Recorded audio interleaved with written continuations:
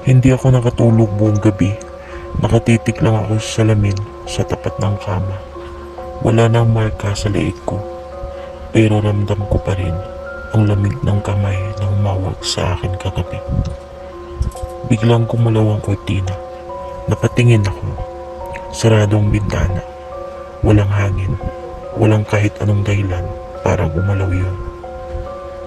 Tahimik, pero may narinig akong mahinang paghinga.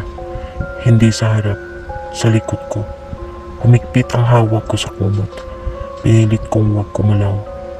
Sa salamin, may unting lumitaw. Isang anino, matangkat, manipis, walang mukha. Nakatayo, eksaktong sa likod ko. Ramdam ko ang lamig niya kahit hindi niya ako hinahawakan. Biglang namatay ang ilaw, ang dilim. Pero sa tenga ko, may mubulong. Nandito pa rin ako. Napapikit ako ng mahigpit. Nang imulat ko ang mata ko, wala na siya.